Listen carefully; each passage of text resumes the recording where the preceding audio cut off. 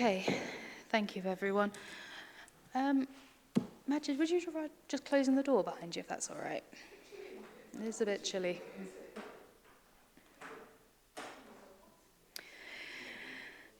Okay, I'll start with some opening remarks. So, during the meeting, all participants will be in control of their own microphone. Please ensure that you turn your microphone on when you are speaking and remember to turn it off when you are finished. All reports published as part of the agenda will be considered as read by members of the panel. Published reports will therefore be summarised to allow the panel to focus on questions. Moving quite swiftly forward into apologies for absence, we've had quite a few.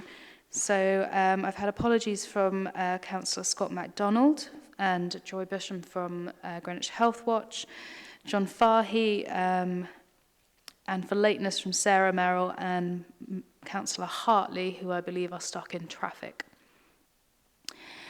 And now, Councillor St Matthew Daniel, you're saying you're giving apologies for leaving early. Okay, thank you very much. Item 2, urgent business. I have received none. I don't see any being flagged to me. Do any members wish to make any declarations of interest? Nope, thank you. And the minutes of the previous meeting held on the 12th of October, can I take those minutes as agreed? Thank you. I would suggest we are still expecting 2 councillors to join us. One more after. So perhaps we would make a start on the next item, because I believe you have a brief presentation and then we'll move straight into questioning, if that's all right with you, Nick. In which case I hand straight over to you. Thank you, Chair. Yes, so the first report's around the adult social care workforce update. And so there is a presentation and a paper, an appendix and a paper.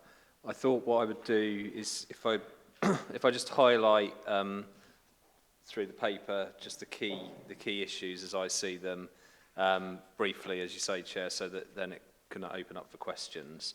I wasn't proposing to go into depth in terms of the attachment because that's a lot of detail there in terms of a HR report. But in essence, in the report, what I've laid out, because we often talk about the adult social care workforce, but what do we actually mean by the adult social care workforce? So I've laid out there the jobs and the roles that sit within adult social care, which is hopefully helpful. So we've got an in-house adult social care workforce of social workers, social care assessors and occupational therapists.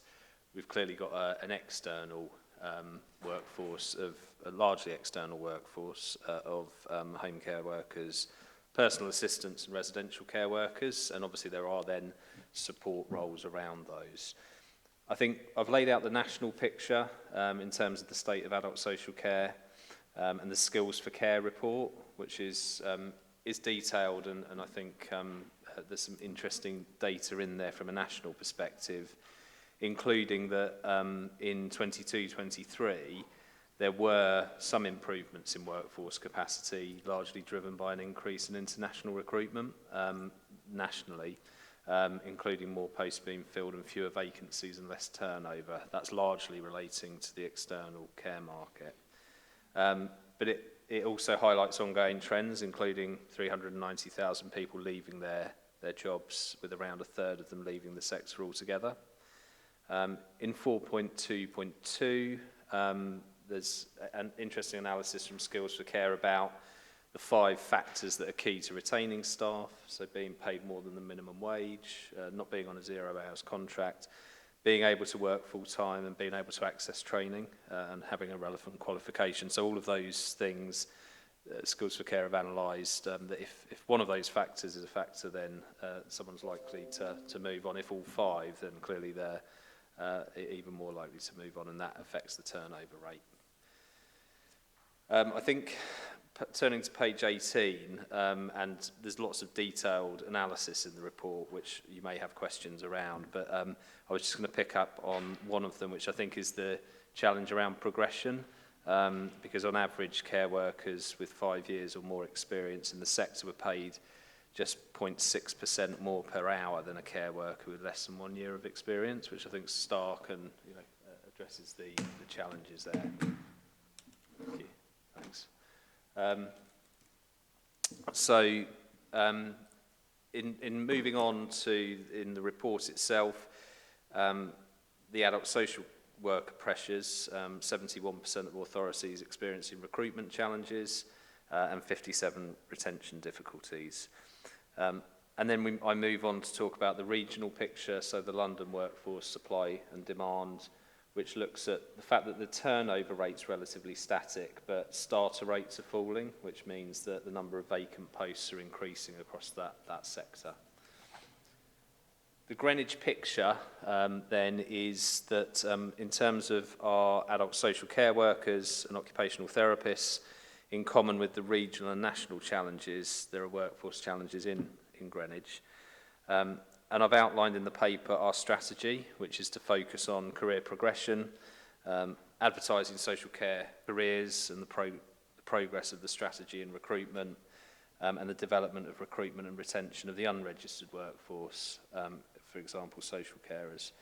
So I think it's been really key here in 4.4.3 that we've developed over the last 2 years a social work apprenticeship scheme in Greenwich. And the first cohort of apprentices started in 2022 with 2 apprentices, the second in 2023, and it's enabled 4 apprentices to commence their degree. And what's really important about that is that they are existing staff who are social care assessor staff who are within our workforce already, who are very experienced and very loyal and skilled, and actually we've been able to offer them the opportunity to qualify and therefore have a pipeline of staff to come through the apprenticeship route. Also talked about the assisted and supported year in employment. The newly qualified social workers have to do a year in a supported year in placement, and we've got 8 this year, starting with our team. So we look to them to be a pipeline of colleagues who we can continue to develop and work with going forward. Moving on in the report, I've talked about the social care workforce working with providers, so i.e. external to the council. So the national context there is that we've had some funding from government, some market sustainability and improvement funding, which has been allocated to support local authorities to make improvements in the services in their area. Focused on increasing fee rates paid to providers in local areas that should then affect increased pay for workers, increasing the workforce capacity and retention, and then reducing adult social care waiting times. So that's something that's an internal workforce challenge. So we've had 3.1 million of market sustainability and improvement funding in this year for 23-24, and that's been invested in those areas. The report goes on to give some detail about the Greenwich picture in terms of how we've invested that. And then it also goes on to talk about some of the workforce challenges and what we've been doing to work with the provider market to support them. So on page 25, we've talked about an organisation called Care Friends, which is a recruitment channel for long-term recruitment, which empowers people to earn meaningful regular bonuses for both recruiting and achievements at work. We've also been investing in our new home care model, which is about having more workers local to a patch and cutting down on travel time, which we've talked about previously, but also linking them to our reablement team to enable people to become upskilled in reabling ways of working that are more likely to give a career path. And then a continued work across London and South East London on identifying and developing opportunities for international recruitment and retention. So I wasn't going to say much more than that. As I say, the workforce data set is there, but I wouldn't propose to go through it as a presentation. I think you've got the data there, and I'll finish there and hand back to you, Chair. Thank you very much, Nick. I think we all read this report, which is very interesting and insightful, if perhaps a little bit depressing, I think. If I may start with a question myself, and then I'll come to Councillor Hartley. The thing that really struck me about this report is we start out with what we know to be the 5 successful factors in maintaining staff. And then we go on to really suggest that there's nothing in the strategy on 3 of them. So we are doing great in terms of training and giving people relevant qualifications and putting those pathways in place. But we don't address anywhere the pay, the security of contracts, or being able to work full time. So that was the first thing that struck me, is what are we doing on those 3 things, which we know are the crucial 3? Although the report does go into the fact that I think we've made good strides in offering relevant qualifications and training opportunities. Thank you, Chair. No, I think perhaps the report isn't comprehensive enough to cover all of those points in detail. But in terms of pay, certainly we've got those commitments within our contracts with home care providers and the new home care arrangements that providers will pay London living wage. So that's a commitment, and that's what some investment's gone into. And equally, we've also, in those contracts, which is the majority area of our spend and concentration in terms of our social care external workforce, we've got contractually stipulations that those providers move to no more than 20% of people being on 0 hours contracts, so getting to an 80% figure on 0 hours contracts, which is a challenge in the market, in the nature of the market, because much as that's a factor nationally, I think there's also some people that wish to engage on a 0 hours contract, but that 80% has been set as that target for those home care providers, so that they move to having people contracted, or 80% of workers contracted, and not on 0 hours contracts, if that makes sense. So those are definitely things that we're supporting. There is also a training offer that we give to our staff, which I've outlined, but there's also training that's enabled for care providers, so a range of training and support, safeguarding training, moving and handling training, and other forms of training as well. So I think we've got those things. They're in the plan, and they're in the market sustainability strategy as well. If they don't spring out, then apologies, but I think those are definitely things that we're addressing. It is quite challenging, as has been indicated, and that national picture indicates as well, because of the turnover in staff, the difficulty in attracting staff and retaining them as well. I mean, you'll notice, for example, that from a social worker perspective, some boroughs have gone down the route of retention bonus, or supplements. That's not a route we've gone down here in Greenwich. That might be something to consider in terms of the workforce going forward, in terms of hard to fill vacancies, when you compare it against the agency rates and levels of agency staff that we've got in place. So I think that's something for us to look at. Thank you. Councillor Hartley. Thank you very much. Yeah, really interesting report. Learned a lot from it. As you say, Chair, interesting, insightful and depressing, which you shouldn't add that to your Twitter bio, but lots of reports are like that. Really, really useful. I've got a couple of questions. The first is on sort of following up on that on retention. You said that Greenwich has chosen not to go down that route. Am I right, though, that local authorities have agreed not to compete for agency staff and drive up prices? Is that still in effect, and is it working, that agreement? Yeah, so you're right. I mean, the retention payment would be something to consider for permanent staff, or when we're seeking to recruit permanent staff. But you're absolutely right. There is an ADAS agreement across London to a capped rate in terms of agency rates, so that you shouldn't get that competition. We certainly, apply that rate.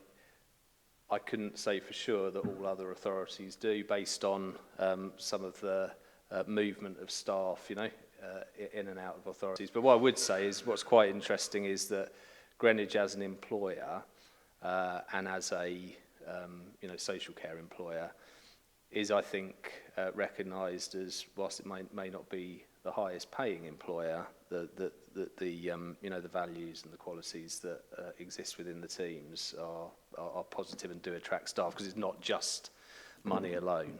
So you've perfectly preempted one of my other questions. I'll come back to that point, stick a pin in that. Thank you. So sounds like the answer to the question is that agreement working kind of ish, maybe, hopefully. But is there an opportunity to do, at the ADAS level, London level, to do something similar on bonus payments? Because it feels like it's the same principle. Local authorities are competing with each other. Would it not be a leveler playing field, or at least, outer London versus inner London, to level the playing field on pay, like the intention is on agency fees, to then compete on that added value that you just mentioned, rather than on pay? And is that something we could try and initiate, do you think?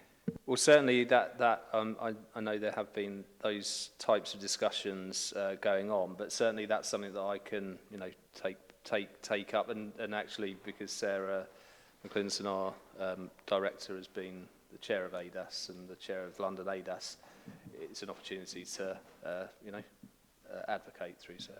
Thank you. I'd be really grateful if you wouldn't mind passing that on, sort of formally or informally. It feels like there might be an opportunity there. And obviously it doesn't solve the main problem, I appreciate that, but it's in terms of the impact on authorities that in that position. My other question, without monopolising, is on apprenticeships. So cohort in 2022, 2 people, cohort this year as well. We've been talking about the social crisis in social care workforce and the challenges in Greenwich in particular since as long as I can remember. On the council. Why did it only start in 2022? There might be technical reasons, I'm sure. I know there's challenges. Is that being scaled up significantly beyond 2 or 3 a year? So yeah, you're right that there were some technical challenges that relate as well to things such as pay grades of, so when someone goes on to the apprenticeship, what does that mean in terms of their pay? Can they if they're an existing member of staff, can they maintain that level of pay? So we've had to work through some of those issues, as well as pension issues that relate to, someone undertaking that apprenticeship. So there have been some technicalities to work through. But in terms of the question, we've built up the programme, and our intention is to build it further, because, as I've said, what we have in Greenwich, which I think is a golden opportunity, is the social care assessor workforce. That is a particular feature of Greenwich and not necessarily a feature in other boroughs. Other boroughs may have more qualified social workers per capita, but we've got more social care assessors, and they are excellent staff. And so if we can invest in them, then that's a really good pipeline. We've started to do that, but we can do more. Okay, thanks. That's really helpful. And final question is on the agency staff. And when Scrutiny has looked more broadly at agency staff, social care is the kind of one where everybody's kind of accepted, look, it's so hard to recruit. There's going to be an element of agency staff, a big element of agency staff. But looking at the data you've shared, we've got 9 out of 39 administrators are agency staff. Why is that? And is there more we can do outside of the social care roles in the department to get agency use down?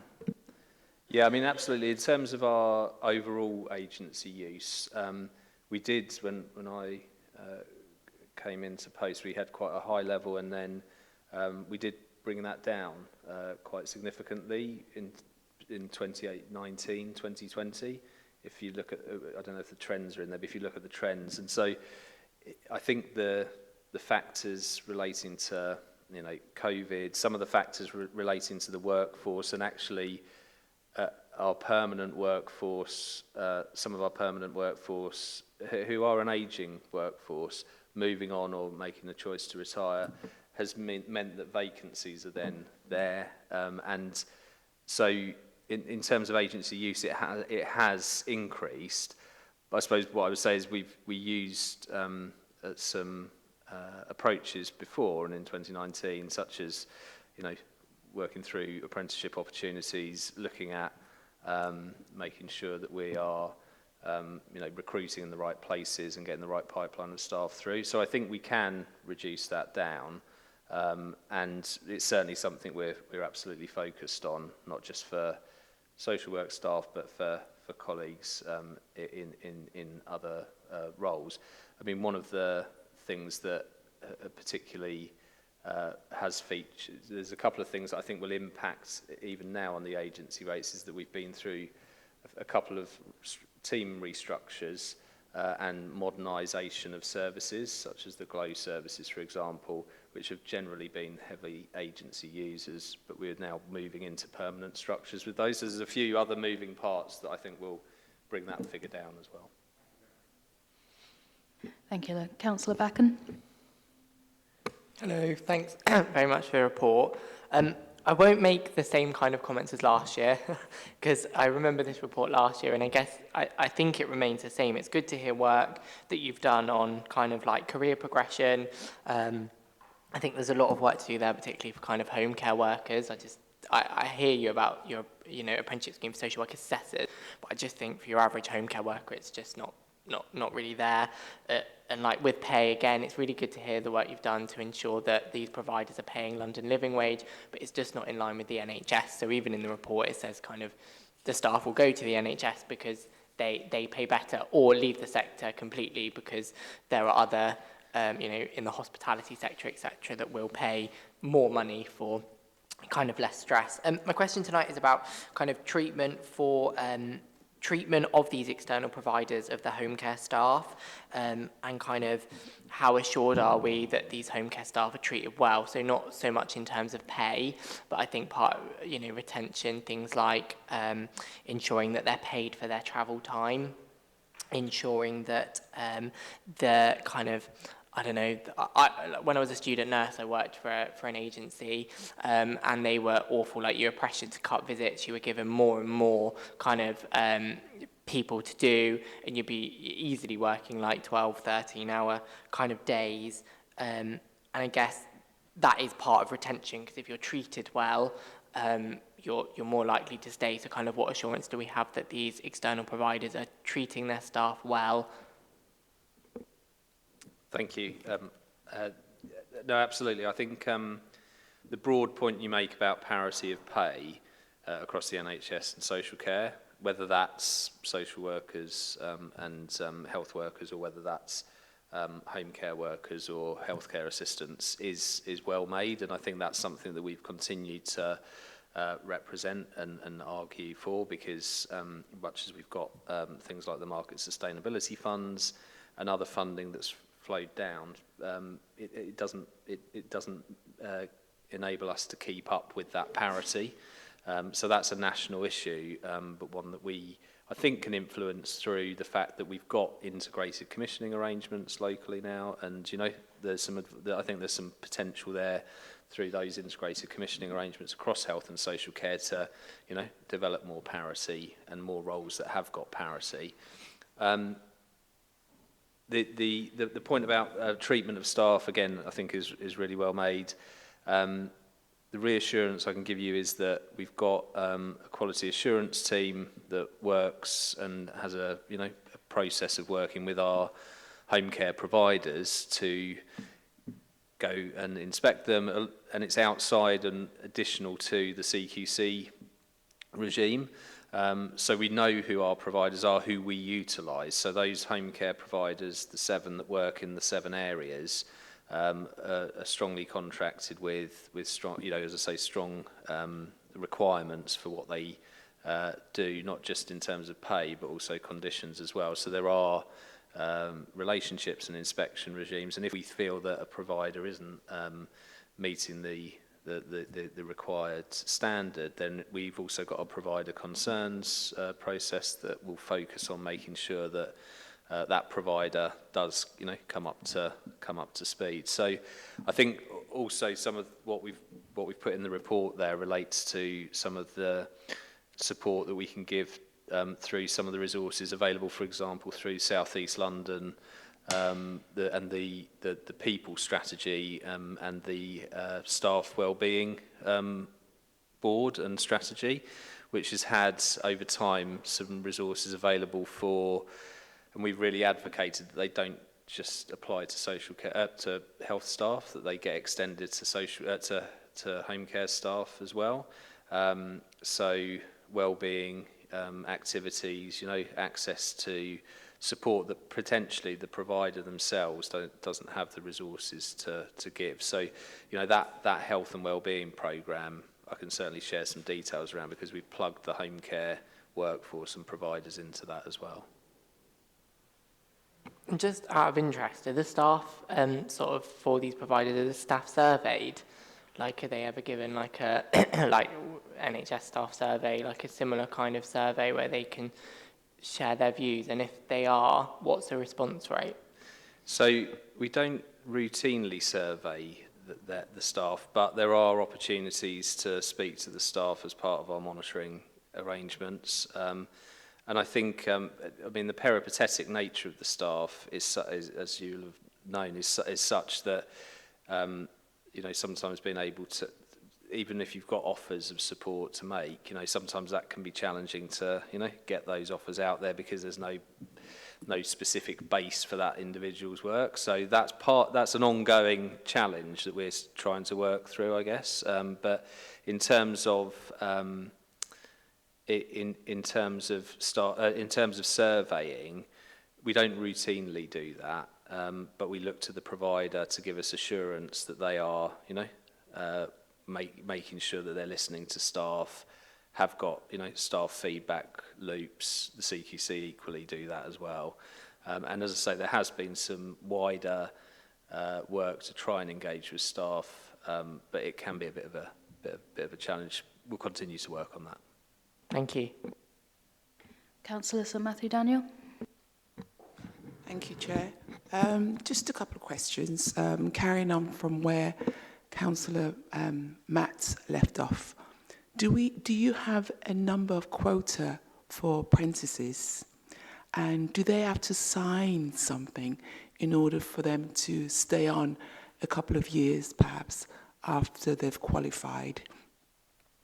And also, the other thing I was going to say is some of the issues that deters people is accommodation in London. I remember ages ago, an example at St. Stephen's Hospital used to have what was called a nurses' home for nurses. I don't know whether you've had a long-term plan of whether you would consider doing something like that to retain people. I don't know, having kind of a nurses' home, a block of flats or building sectioned off, like self-contained for people long-term, perhaps. Thank you. Thank you. Certainly, so we don't have a quota as such. We've got an ambition, and obviously we get a can access apprenticeship levy. So we want to get as many apprentices on board as we can. Part of the challenge with apprentices in social care is obviously they need to have the support of staff within operational teams that are operating, on a day-to-day. So there can be some limitations on, the numbers we can take given the supervision that's needed and, that ongoing work, as we have with the ASYE group, which is the newly qualified group. So we do invest in that. I think we could certainly, if these cohorts are successful, we're certainly ambitious to move to continuing to have an intake and a quota. To some extent also that depends on perhaps where some of the vacancies we've got in the teams are as well. So there's a number of factors there, but certainly we'd look to grow it again from this year. In terms of requiring people to sign something, that's not something that's easy to do, and we can't insist upon. But we want to obviously ensure that through offering this, and because we're offering this often to long-standing staff who've shown a commitment to Greenwich through the working as social care assessors, I think, you know, we've got a strong likelihood that they will remain with Greenwich. I think in terms of the accommodation, again, that's a really important point, and it is obviously a real challenge, particularly in London. In terms of the approaches we've been looking to there, we've been certainly in discussions with housing colleagues about the priority that someone has in terms of the allocations policy, and I know that's a separate subject and there's lots more around that, but we would advocate that health and social care staff should get some element of priority. The other thing more practically and more quickly potentially available is there's a concept called home share, which I don't know if you've come across, but it's an opportunity where someone who is under occupying their property, probably an owner occupier, maybe getting older, a bit frail, but not in need of health and social care support, perhaps lonely, needing some company or some low-level support. The opportunity for linking care workers into those opportunities in terms of getting into a home share arrangement where they could be accommodated at a rent level that was lower than a standard rent level, but where the model works on the basis that that person volunteers or supports the individual that's in the home. So we are looking actively at those opportunities as well. Thank you. I have a couple of questions, but one just springs to mind, building on Councillor St Matthew Danu's point there. Around the social work apprenticeships, so is this with the University of Greenwich, or is this with a different university? Are we levering the adult education opportunities that are providers within the borough? But also, is there anything else we can do to support them? Whether are we able to provide, say, we're considered maintenance bursaries, for example, from the council, because these are existing employees for the most part. So I'll come back, but I'll leave you with that question first. So the apprenticeships are actually with Kingston University, which is, we've gone through the kind of process of selecting them as the university to work with this cohort. That's not to say that we don't have links with the University of Greenwich, we do, but for this option, we've gone down this route. We can continue to look at the opportunities and continue to work with the University of Greenwich, who we do know offer health and social care, training, and we look to them and to work with our providers and our home care providers from pipelines of staff. So, and we can have a look at the bursary element. As I say, we're building up this programme. And we're working through it, so that idea is something we can certainly take away and look at as whether or not that's an option going forward.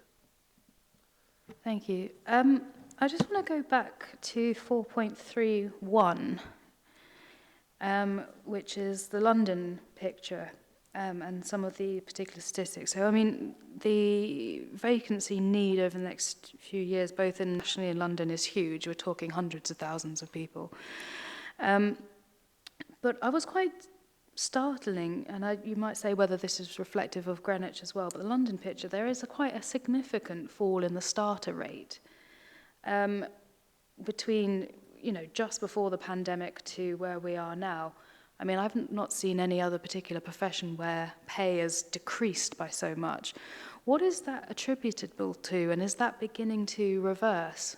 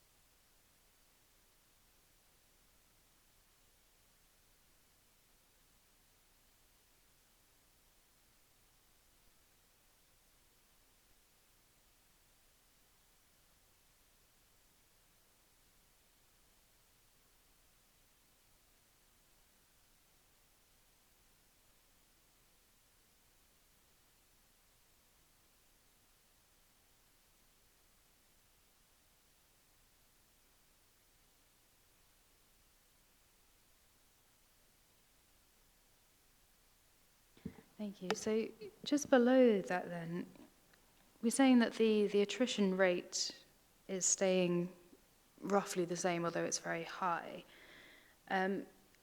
Is within these care professions, does that compare to, say, how does that compare to other allied health professionals? We're not seeing the same turnover in nurses, we're not seeing the same turnover in paramedics.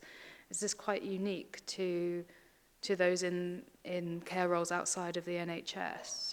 Or, sorry, just also, on the sickness rates, which is the last bullet point there, you know, we've almost seen a doubling of the number of days pre-pandemic to now. Are we beginning to see that return to what we would have seen before the pandemic? Because it seems like we are seeing a huge burnout and increase amongst this workforce, which might be attributable to the pressures of the pandemic, but are we beginning to see that return to normal, or to what it was pre-pandemic rather?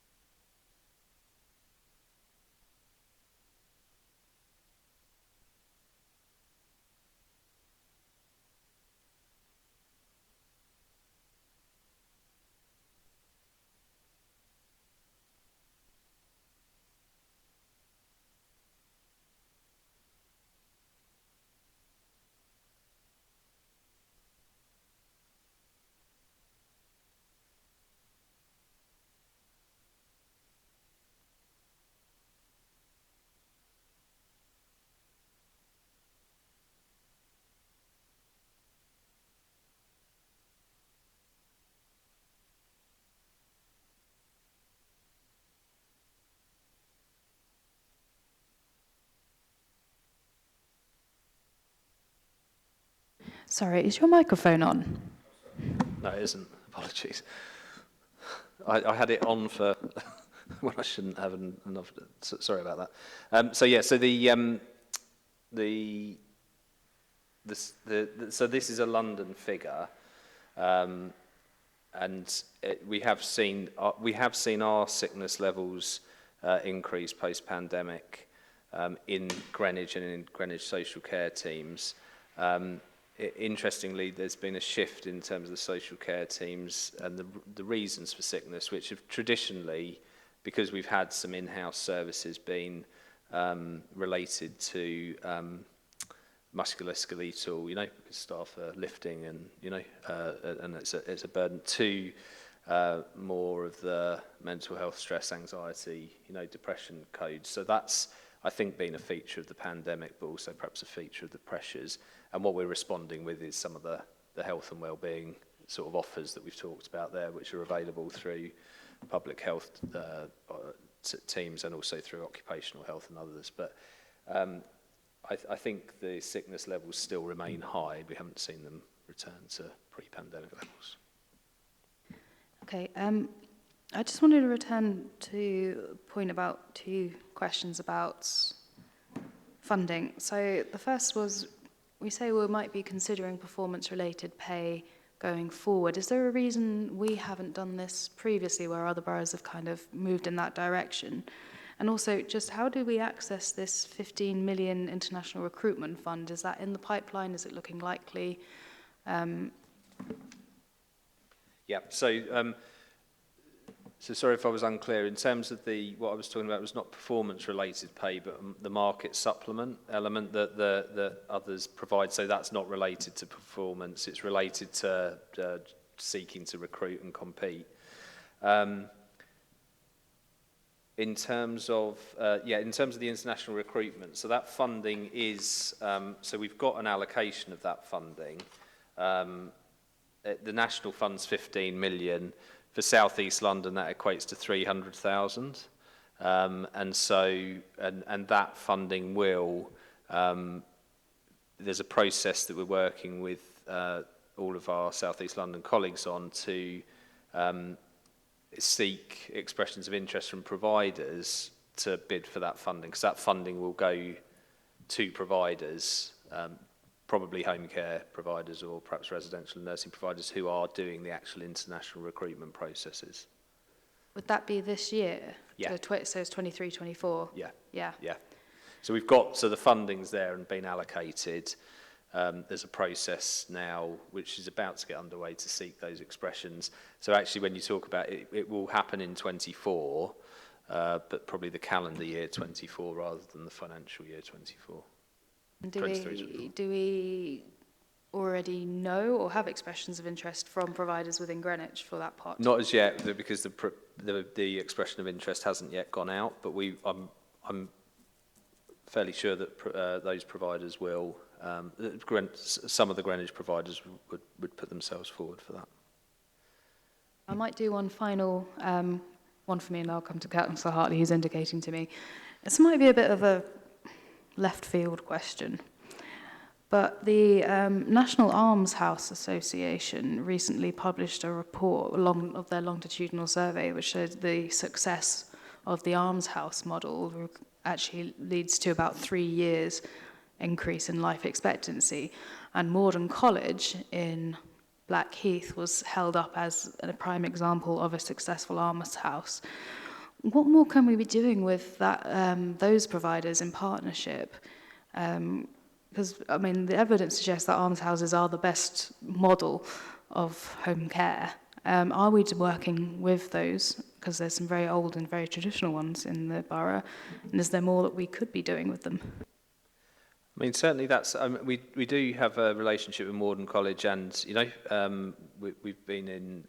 So we do access some of their provision in terms of some of their care provision, and there's obviously plans that they've got, I think, or potential plans they've got for what else they could offer on that site. I haven't looked specifically at the Arms House offer here. I have worked within other boroughs where there have been arms houses, and I think they play a really key can play a really key role in terms of a support model, certainly a preventative support model, and one that's kind of communal and supportive. So we could do a bit of work and look into that, Chair, in terms of what that might yield. But as I say, we've got a relationship with Morden College, so we'd be able to follow that one up. Would that be something if I suggested as a recommendation that you would find appropriate? Yeah. But also, you say, what more can you be done on the site at Morden College? Could you be able to give us any sort of detail of what that might mean? What actually would you be doing there? All I know is that there have been some conversations with Morden College about what they offer by way of care and support there, and so our commissioners have been in discussions with them about what they might be able to do. So I can give you a further update. I don't have the specifics, but I know that we've got that relationship with them and conversations are happening. Okay, thank you. Councillor Hartley. Thanks, Chair. Really interesting discussion there. Just one more question from me, which is about the annual, while you're here really, in relation to workforce, the annual flu vaccination uptake campaign, and this maddening problem really that we've had, and all authorities have, and the NHS as well, of anything less than 100% take up, I cannot get my head around for the caring professions. I wonder how this year's campaign is going. Are we seeing an increase in uptake in flu vaccinations from Greenwich social care staff, and what we're doing this year to try and improve that?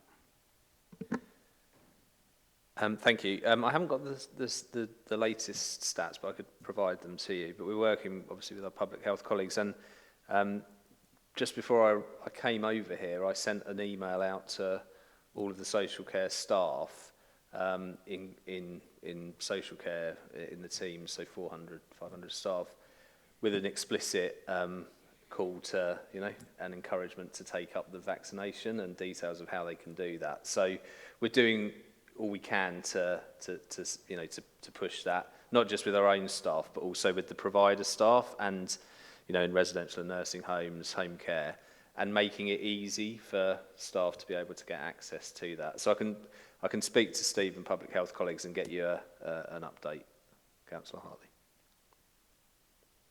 Do any other members wish to put a question on this item? No. Can I perhaps put forward a recommendation then that you explore what potential partnership opportunities there are with the various almshouses across the borough, including Morden College, but I'm aware of about 4 or 5 other almshouses. I think that would be just a very interesting and worthwhile area of inquiry within your, and also if you were able to come back to us, perhaps only of the email update to members about what discussions commissioners are having with Morden College. Yeah. Does that need to be more specific, or is that sufficient? That's absolutely fine. So I put that recommendation to members. All in favour? Okay, that's passed. Thank you very much. Okay, Sammy, Councillor Backen, did you wish to come in? Thanks. Sorry, just in terms of recommendations, I hear kind of what you said to my question about feedback loops in the external providers, but I feel quite strongly that we should be surveying them. So we clearly have retention and recruitment problems, as does kind of the sector, and I feel that potentially surveying the staff, particularly at these external providers, in a similar way that the NHS do with the NHS staff survey, could be potentially a thing we should be doing to hear from the staff, unless there is, maybe I'm completely wrong, and these external providers do have really, really good feedback loops, and I'll be happy to say I'm wrong, but I would say it's potentially something that the local authority should be doing, and I don't think it's something that's particularly workforce sort of very intensive to be doing. But so would your recommendation be that that RBG holds an annual staff survey of all care staff, whether ours or agency employed within our care homes in the borough? Is that what you're suggesting? Yeah, sorry, you put it much better than me, Rachel. Do you want to respond to that, whether that's possible? Sorry. So I think in terms of the internal staff survey, that is part of our, that would be part of our internal staff survey work that's done corporately, and so I wouldn't suggest that we repeat or do that exercise, because that's a corporate exercise. I can certainly take away the recommendation and do 2 things. One, just to consult with my commissioning colleagues and just come back to be really clear about what's in place already, because I think there are feedback loops. There isn't an annual survey that we issue, but I can certainly feed that back. And then the recommendation to look at how feasible and viable it would be to, operate or run a staff survey. I wouldn't want to necessarily commit to that annually at this point before then, before coming back to say, this is what we do already and this is what we can do. But I think, the point you make is a fair one, that we need to, give some more assurance about how we're hearing the voice of those frontline home care workers. And potentially it's something that we could have a discussion with Health. I know Joy's not here today, but with Health Watch about, is there a role for Health Watch in that space, because they obviously work with, providers and the market. So I'm happy to take that forward. Yeah. Okay, if you're happy to take that away and you're happy with that reframing, then I think we can agree that. Okay, in which case I'll move on to item 6, which is the social care CQC assurance preparation. Yeah. So are you going to briefly introduce the item? I don't think there's a presentation as such, and then we'll move straight to questioning. Are you happy with that? absolutely. Thank you, Chair. Okay.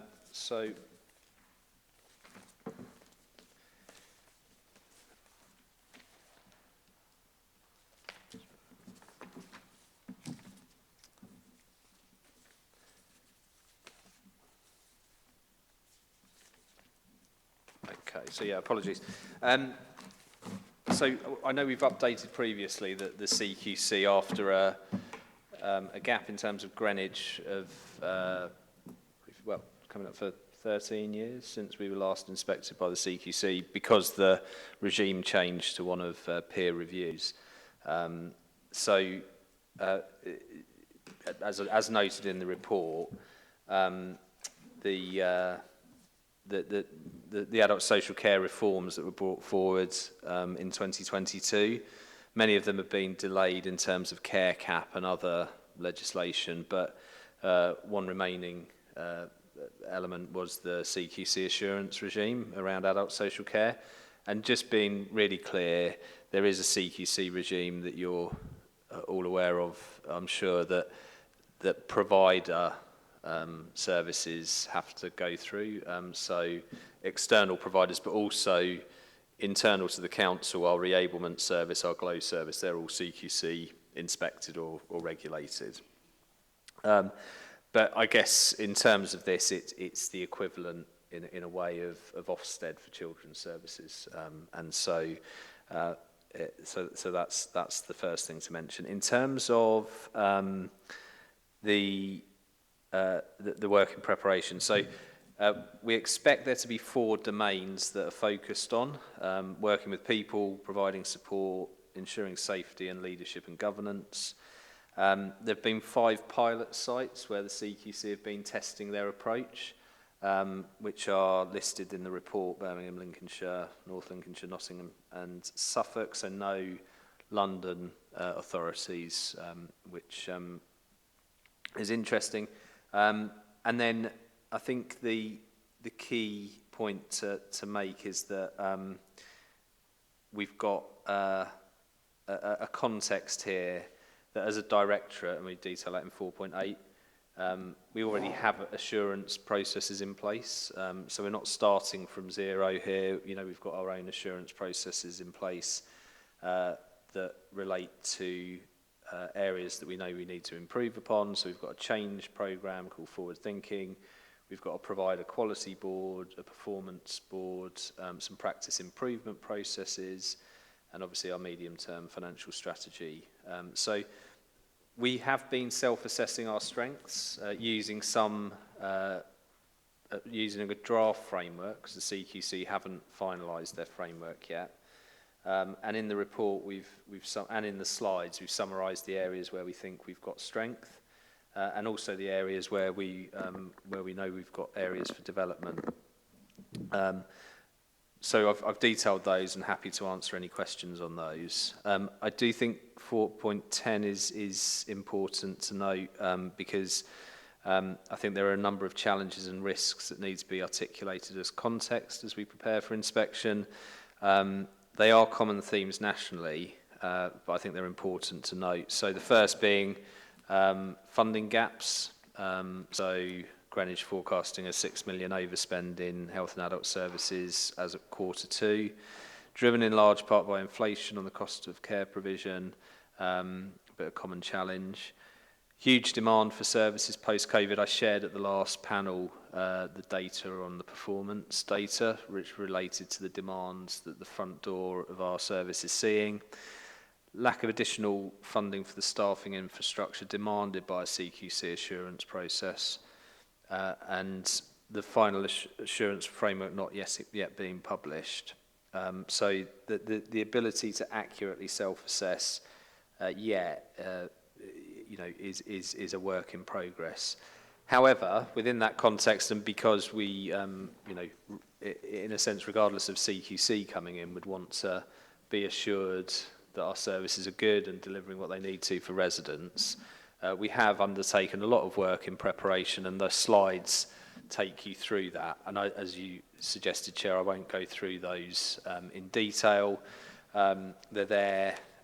We particularly, I would draw your attention particularly to page 54, 55, 56 and 57, which are where we've provided some highlights of our self-assessment work that we've done to date. I think the other thing is clearly our staff and partners and colleagues aren't used to having an assurance regime of this sort. So we have been doing a lot of work with our staff in preparedness for this, and we've been learning from some of the staff that work in internal in-house services who are subject to CQC, some of our staff who are in integrated teams, such as community learning disability teams, where they also are CQC assured, and equally our children's colleagues. So we've sought to learn from our children's colleagues who are used to going through, you know, Ofsted and SEN inspections as well. So I think all of that means that we're in a state of readiness. There are risks, I think, around the assurance process itself, which are national, but we, I think, know our story and can tell our story in terms of where our strengths are, where our areas of improvement are, and what we're doing in order to do them. I'll finish there, Chair, and pass to you. Thank you very much, and thank you for the report. Councillor Hartley, do you want to come in first? Thank you, Chair. Yes, thank you for the report. My question was on those 3 areas for development you've listed: audits of social work practice, evidencing outcomes, and impact on equity, diversity and inclusion. Of those 3, which are you most worried about?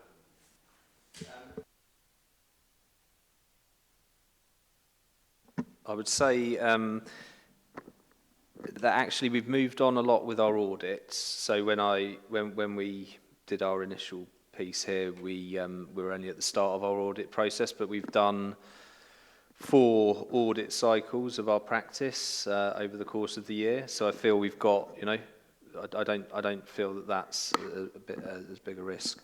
I think there is a broad risk about our evidence of impacts on residents' outcomes we're delivering, because sometimes it's hard to absolutely evidence the impact that you're having on a resident from a qualitative and a quantitative perspective. I think we've got a lot of quantitative data. I don't think we've necessarily got as much qualitative data as we could have. Just on that point, don't we have that from the transformation programme? We do have some of that, and as I say, it's not that we don't have any of it. We've got work that we've done through our co-production work with our learning disability service, for example, where, you know, there's been real co-production, and you can see evidence of speaking with people with lived experience and taking those things on board. We've also done work with Health Watch, and they've surveyed residents who've received the JET service or the reablement service, as Joy's indicated as well. So I'm not saying we don't have that evidence. I'm just saying that with a slight unknown about how and what CQC will look at, I think that there is a bit of a risk around that one. Councillor Becken. Just one question. You talked about kind of self-assessment of this potential CQC framework. I was wondering, do you do any sort of cross-assessment with other local authorities? So we have in the past. I suppose the assurance process, when it was when they moved away from the process back in 2010, went to more of a peer review type process, which relied on other authorities reviewing our work and us doing the same. We had a peer review of our safeguarding function, but that was back in, I think, 2018, so that was a little while ago. So we have had some of that in the past. And what we've been doing is we've been sharing our self-assessment work and how it evolves with our South East London colleagues. So we're trying to get a sense of, learning from good practice, looking at some of the early adopters as well and what they've produced in terms of their self-assessments. And there's certainly some themes coming out from those self-assessments. One is around evidencing outcomes. The other is knowing your story, knowing the strengths, but also knowing the areas of improvement. And they've certainly had a very keen focus, as I understand it, in the pilot sites on carers and what support we offer to unpaid carers as a local authority and as a system. And that's certainly something we've got a lot of work ongoing with, as Councillor Scott MacDonald talked about in her update with our strategy. But there's more to do. So I think those are the areas. So we're certainly learning. The other thing we did this time last year is we got I got someone in who's an ex-director of social services who'd done a lot of work with the east of England around preparedness for assurance, and what they did was looked at our data, because that's the other thing that the CQC will look at, looked at our data, looked at what's the published data, which I shared some of last time at this committee, and what lines of inquiry does that lead you to conclude? So they came in as a kind of independent critical friend to do a annual conversation with us, and pulled out some key lines of inquiry that we've then, taken into our self-assessment work and our action plans going forward. So hopefully that addresses your question. Thank you. Councillor Rahman. Thank you, Chair. Just a quick question. Chair, I was going to just touching on what you mentioned here about having someone coming in as a critical friend. So with any kind of risk and auditing, you'd have a process of kind of consultation to get support to prepare yourself. So in addition to this, and I know you mentioned about, is it ADAS? Sorry. So you get some support from London regional kind of bodies around preparing yourselves and talking to those on the pilot programs. Are there anything else that you're doing to kind of prepare the process? Thanks. Yeah, no, you're absolutely right. We are seeking feedback from the pilot sites. There is an active ADAS group and South East London group that meets and looks at approaches. So we have a lead officer who works within adult social care on practice development, who's been leading on our self-assessment process and gathering the evidence.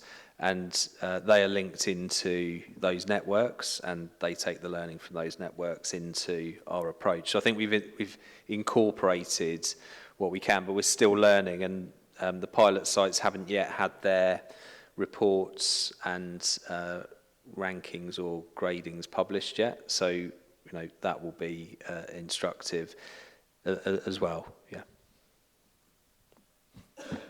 Sorry if I missed it in the report, but just thinking, how much time have you been given kind of leading up to this? If that makes sense. That's still a bit of an unknown as well. But So in terms of knowing, clearly back in 22 there was mention of a CQC assurance process coming in. Then it was due to come in earlier this year. But I think CQC themselves had some challenges recruiting the workforce that they needed to undertake the inspections of all of the councils, because actually the sorts of people they'll be seeking to recruit are actually some of the people we're seeking to recruit as well. So they've become a bit of a competitor in that market, but we'll put that to one side. So they've been building up their ability to undertake those inspections. So we've had probably about a year of lead-in to knowing that things will happen in terms of inspection. And what we do know now is that inspection-wise, our latest understanding is that there'll be a cohort of 20 authorities that are inspected between January and within the first quarter or 6 months, and we'll probably get 4 to 6 weeks notice. So that's what we understand at the moment. But we don't know by what means the CQC will select who goes first and then who goes subsequently in what will be a 2-year cycle. So we are somewhat flying blind still at this point. In terms of the assessment criteria is yet to be fully published, although we've been taking a best stab at using our own framework. In 4.4, I'm a bit worried, I suppose, that these 5 pilot sites are probably going to report late and not be able to feed into that before these inspections go ahead, because one of them is Birmingham City Council, which has a Section 104 and it's had administrators in, so I doubt that they're going to be publishing on time. The other is Nottingham City, which I think is going a similar way. So I think that bearing in mind, I think you're probably going to be in a very difficult position of still not having all of the information you would need to fully prepare. But just moving a quick points, using the assessment criteria, when we come to these three that we've highlighted as areas for development in 4.8, what was the criteria which led to these being highlighted specifically? What was unique about these three that led to them being singled out? Thank you, Chair. So, and just before I come on to that point, just a clarification on the point you made about the framework. What we're using is something that has been circulated and is a framework that we believe the CQC are going to use, but they haven't finalised that framework. So I think it will be there might be some variations based on the pilot sites, and I agree with what you're saying about the pilot sites and reporting. You know, when's that going to happen, and what's that going to mean? But I think we have to accept that this process is new, and for all authorities over that first 2-year period, it'll be there'll be an element of discovery work going on throughout, and there'll be we're CQC to inspect in January or February next year versus inspecting us a year on or 2 years on. There'd be probably some different outcomes as a result of that, not just because of the framework, but because of our work on continuous improvement. But to your point, those areas for development came out from the annual conversation that we had, which I mentioned from the independent colleague that came in. They were already things that were on our agenda as needing to be addressed, but the audit programme took a while to set up. We were trying to set that up pre-COVID and embed that, but COVID, meant that we were focused elsewhere. So we've now got that up and running. But that was where those were identified, Chair. Okay, thank you. Just based on the information you have about what the framework will be, and before it's obviously finalised, what are we aiming for as an overall rating? What do you think is realistically attainable? Well, I mean, I would hope, and on the basis of the work we've done to date, the fact we know our story, the fact we've gathered a lot of evidence, and we've got a lot of good practice, and we know the areas that we need to improve. I would be hoping that we would get a good, but I think that given the risks we've described there, and the uncertainties, I couldn't sit here today and say that's what I can guarantee will be our inspection result. I think the other question to ask is, all authorities nationally have got waiting lists. They've got pressures on, on social care. We manage our waiting lists, and we, attempt to do that as best as we can. And we've covered that in previous committees. But if the criteria are, very stringent, then, maybe looking at it requires improvement judgment, I guess. But it's really quite difficult to say at this stage. Okay, thank you.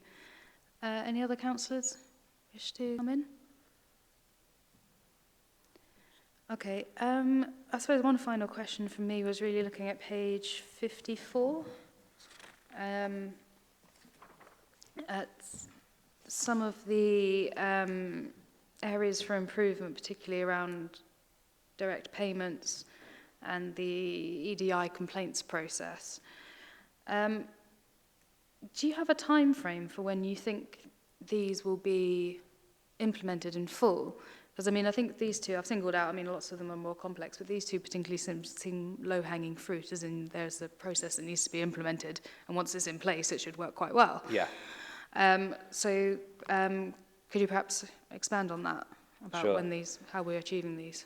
Certainly, and just as well to reassure that behind this we've got various plans and plans within our various governance routes around tracking our actions. But in terms of the direct payments process, there's work underway with Think Local Act Personal to co-design that process with residents, and that's something that Lisa Wilson, our Director of Integrated Commissioning, is leading on, alongside making sure that the structure of the team and the function works to support that.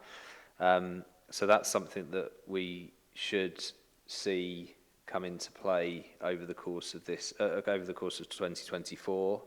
I can't give you a specific time frame for that, but that's the ambition there, and it's really about co-producing that with residents, because the direct payment offer, we've got a direct payment offer, but we could improve it. But the way to improve it is to speak to people who might benefit from it, to understand what's going to make it work for them. So that's really important to be part of the process. So we're not going to rush that, but we need to get it right. And the quality, diversity and inclusion in complaints, that's something that we're actively working to put in place, and I would expect to be in place for next year, early next year. Okay, thank you very much. I'll draw that item to a close. So thank you very much, Nick, for coming in this evening, and thank you for the reports. They were both very excellent.